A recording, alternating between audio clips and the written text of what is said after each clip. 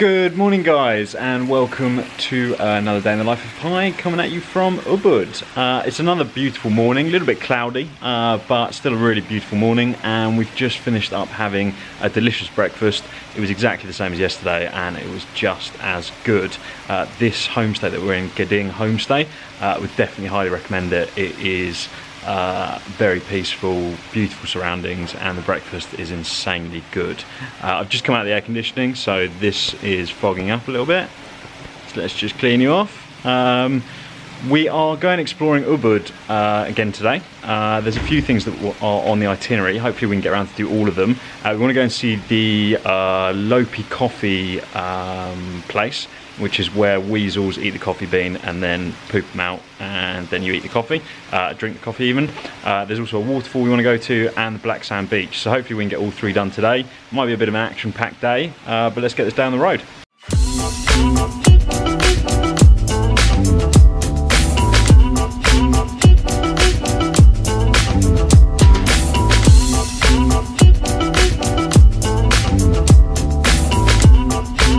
Guys, the first stop on our whistle stop tour of random things to do in Ubud today is Tegenungan Luwak coffee plantation, where they do the Kopi coffee beans. So I'm just standing outside the entrance. I think it's a free tour, and then you get to taste a little bit of coffee, and you're probably going to buy some, but the secret's out, I'm not going to buy any. So let's go and check out this tour of the coffee plantation.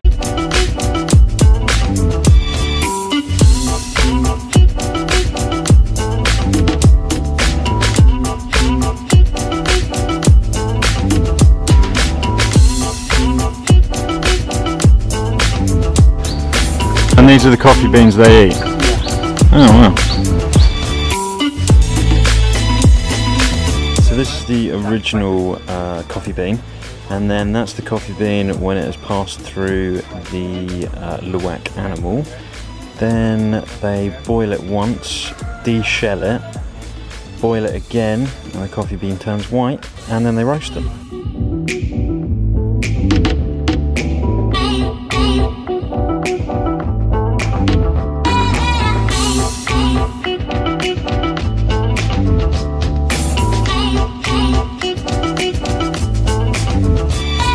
So that was the process for making the Kopi Luwak coffee. Basically the animal eats the coffee bean, poos it out, and then they put it through the entire process from there. Now I'm about to be served a selection of teas and coffees. Unfortunately, because the Luwak coffee is so expensive, you have to pay for that one, and I'm incredibly cheap, and I don't even like coffee, so I'm not going to pay for it. But it's quite interesting to walk around this little agro-tourism place.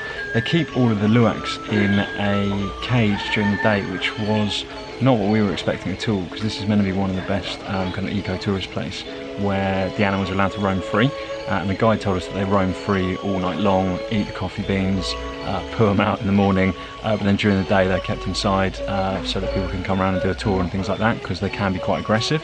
They didn't look like the happiest animals, which is pretty sad, but this is meant to be one of the best ecotourism places in Ubud, so you kind of got to trust that they are well looked after, and the guides seem pretty friendly with the animals, which is good. Now to try this tea and coffee. Guys, we've got a range of 15 different teas and coffees to drink, ranging from vanilla coffee to barley mocha, ginseng tea, lemon tea, rosella tea. So I'm going to get tucked in and try some of these teas and coffees.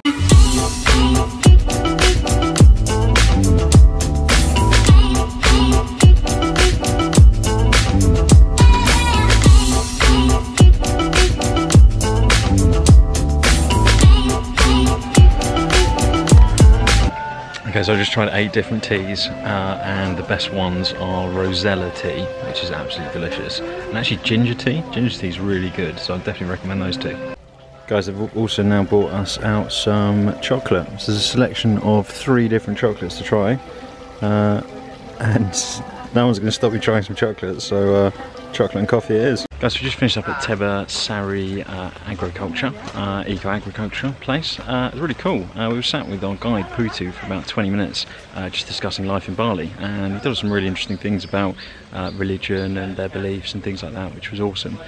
Tea and coffee was pretty tasty as well. There's a little gift shop that you can buy stuff, but other than that we didn't actually buy anything and we didn't spend any money at all, so it's completely free activity. Really interesting, and if you want to make donations and things like that, I'm sure you can, but at no point did Putu ask us for any money or a donation or anything like that.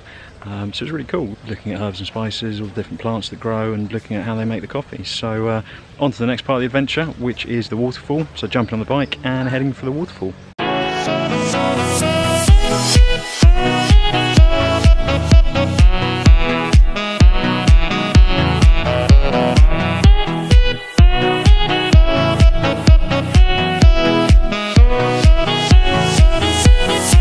So we've just arrived at Tegenungan village, which is where the waterfall is. I think the village is mainly just loads of little shops where you can buy various different wares and clothing and things like that. We've just got a short walk down to the waterfall and then we go for a swim and cool off, because it's now 1:30 and it is extremely hot. So I'm looking forward to having a swim and cooling off.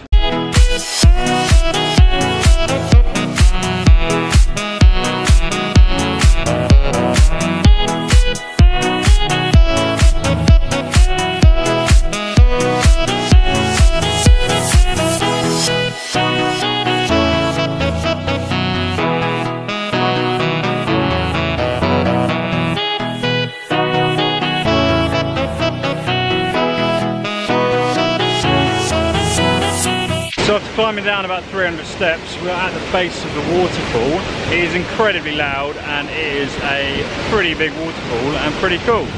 So I'm going to switch to the GoPro, go for a little swim and try and get into that waterfall.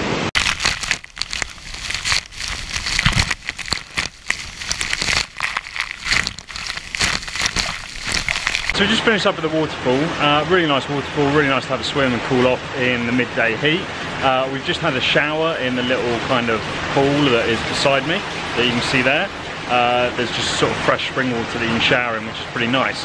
The entrance fee is only 10,000, so what's that, like 70p? Less than $1 to get in, and it's a nice swim, it's a nice waterfall. So definitely recommend coming and checking it out. Only about 25 minutes from Ubud. We're now going to head towards the beach, go to the black sand beach of Saba, but we're going to grab some lunch first. Here is my lunch. And that's 26,000 rupees, so less than £2, and it looks absolutely delicious. So I'm going to tuck in, and I'll tell you what it's like afterwards. Drop it!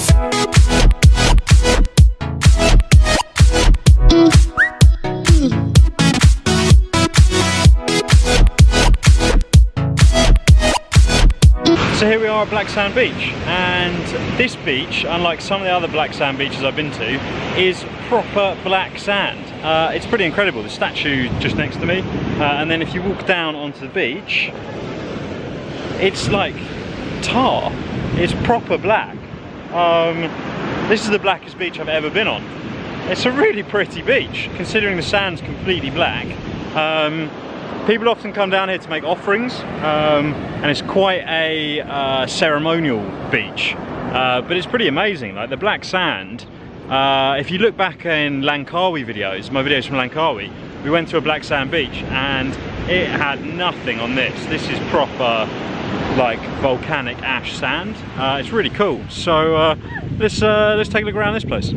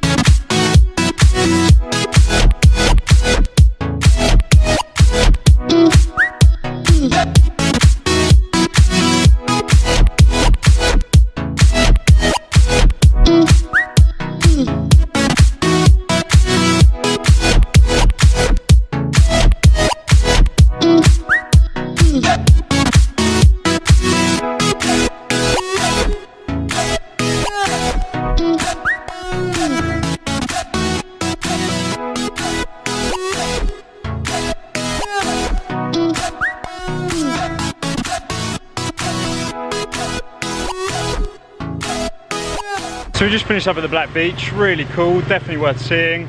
Gonna hop back on the bike now, drive back to the guest house, chill out there for a little bit, and then probably go out for some dinner in central Ubud. So we came out to Little Warung and picked up a cheeky fried rice for 15,000, which is under £1. And we got a couple of kids hanging around. That's pretty cool here. Guys, that's it for today. It's been a pretty action-packed day actually. We went to the coffee retreat, then onto the waterfall, and then the Black Sand Beach. Black Sand Beach was really cool. It was the blackest beach I've ever seen in my life. But that's it for today, guys. I hope you enjoyed the video. Give it a thumbs up if you did. Remember to hit subscribe, share it on social media, and until tomorrow, guys, peace out.